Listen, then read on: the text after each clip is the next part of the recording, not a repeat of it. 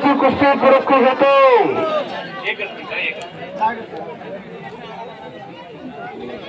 एक चांगली कुस्ती आहे.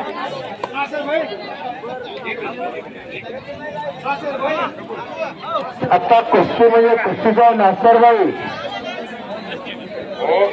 आपण आखाड्याच्या महेश दादा घोटाळे आखाड्यात यायचंय. भाई त्याला चक्कर काढा किंवा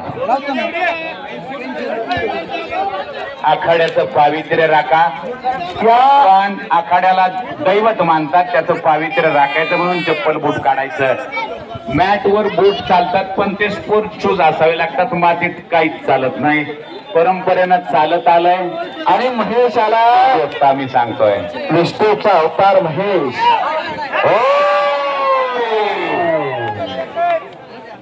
काय पुठ्ठी मारली. गावाचं नाव पुठ्ठी. गावाचं नाव पुठ्ठी आहे बेटा.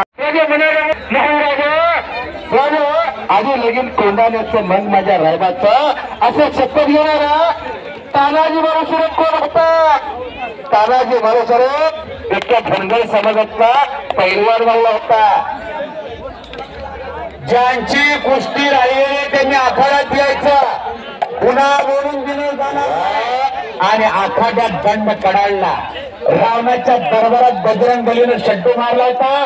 रावणाचा मुकुट गळमळून पडला आणि त्याच वेळेस रावणानं ओळखलं की हा वानर दिसतो तो साधा सुद्धा वानर नाही, ज्याच्यामध्ये प्रचंड शक्ती आहे. आणि तिथं त्याचा कॉन्फिडन्स लूज केला. एकट्यानं लंका जाळली. बजरंग बलीनं जे जे केलं ते एकट्यानं केलं. एवढं सामर्थ्यवान होता. आणि त्या बजरंग बलीने या कुस्तीला नियम घालून दिले. याच्या पूर्वी या कुस्तीला नियम नव्हते. जगामध्ये सर्व ठिकाणी कुस्ती खेळली जात होती, परंतु ती जीव घेणी होती. एकाचा अंत व्हायचा आणि दुसऱ्याचा विजय व्हायचा. कुस्ती हा पर्शियन शब्द आहे. कुस्त या शब्दाचा अर्थ ठार मारणे. पर्शियातले लोक घोड्याच्या व्यापारासाठी भारतात आले आणि त्यांच्या बरोबर आणि म्हणून हे कुस्ती नाव मिळालं. कारभारी खरा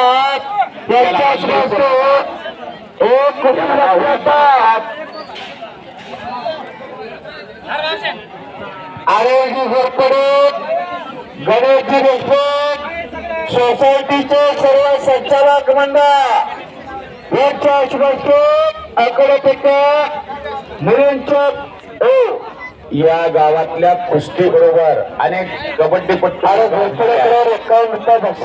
त्यातला बप्पा धन्यवाद. अशोक शिंगाडे, महेंद्र देशमुख,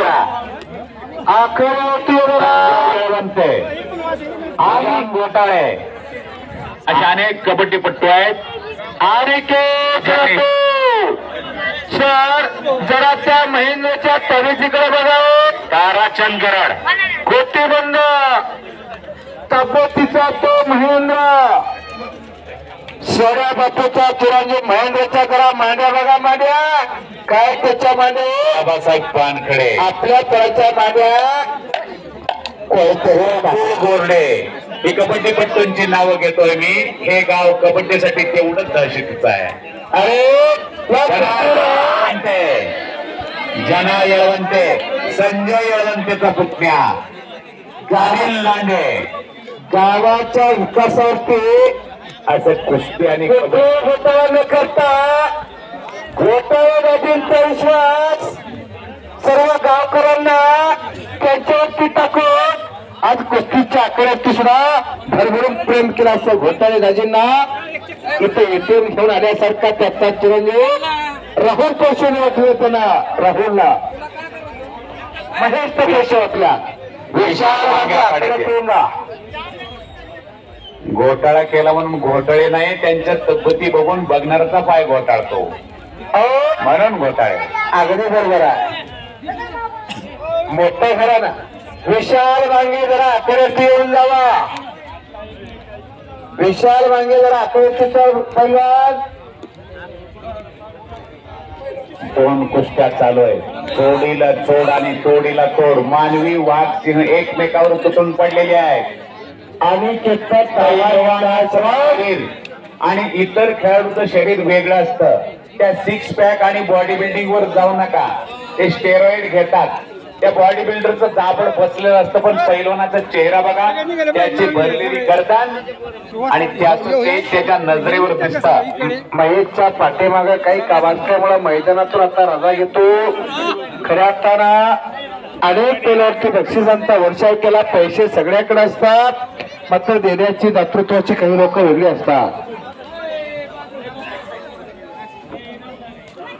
फार चांगली कुस्ती आहे, अतिशय चांगला एक शिस्तप्रिय कुस्ती बघा. या पिढीला असं मग सुंदर सोडा स्वर्गीला अरे मूर्तीला तर कीर्तिमान असा विशाल म्हणजे आठवड्यात आला. विशाल भांगे एक मजबूत तब्येतीचा पैलवान. रोज हजार जोर बैठक मारावं लागते. 10 किलोमीटर धावावं लागतं. तिकडं डझन केळी खावं लागते, नाहीतर गव्हाचा चीक प्यावा लागतो, थंडाई प्यावी लागते, लोणी खावं लागतं, अंडी प्यावी लागतात, पचवावं लागतं. नुसतं माझं ऐकून कागदावर लिहाल आणि घरी जाऊन घेचाल, हुक सुद्धा काढता येत नाही. जमत असत तसा लाल वाटेला घामाचा अभिषेक घालावा लागतो, तपश्चर्या करावी लागते. खरं तपश्चर्या आजकाल बरीच कॉलेजची पोरं बायकी सौंदर्याकडे झोपलेली आहे. ओठावरती दाढी मिशा ठेवत नाही. गुटखा खाऊन तोंडाचं खोकडं झालंय. त्या नाव्याचा वस्त्र जात नाही, तिथं नावी म्हणतो गाल फुगाव, बघ मी काढतो, अशी अवस्था झालेली आहे. छाती कुठं संपते, पोट कुठं चालू होतं माहित नाही. मांडी आणि पिंढरी तेवढीच, मध्ये मोठा गुडगा. म्हणजे बुजगावनं कसं असतं राहणार, तशी कॉलेजची पोरं झालेली आहेत. ही जर तरुण पिढी लोळी पांगडी निघली तर भविष्यातल्या भारताचं होणार काय? सीमेवर जाऊन रक्षण करणार कोण? अग्निवीर होणार कोण? ते चपट्या नाकाचं चीन आणि कपटी पाकिस्तान सीमेवर अडवायचं असेल तर पैलवानाशिवाय दुसरा पर्याय नाही. सुंदर बॅट पकडा गया. टाळ्या पाहिजे, टाळ्या करा. तो महेंद्र देशमुख सामन्यामध्ये 4 गुण मिळवून देणारा हा डाव आहे. आणि जर बेलेवल गेला म्हणजे दोन्ही खांदे एकाच वेळेस लागले तर चितही दिलं जातं. त्याला इन्स्टंट चितपट म्हणतात. बरोबर सर, हा महेंद्र बाहुबली आहे. सोऱ्या बापूचा चिरंजीव गावचा पोरगा. मुंगी पैठणची माती किती करणार, नाथसागराचं पाणी किती जमणार, अखंड भारताला दाखवून दिलेल्या गावच्या पैलवांना. तसेच कबड्डीपट्टू, तसेच अनेक राजकीय क्षेत्रातील दिग्गज माणसं, कला क्रीडा साहित्य, समाजकारण, राजकारण, शेतकरी वर्ग इथं सर्वजण हजर झाला. भारत माता स्वतंत्र झाली, 75 वर्ष झाली.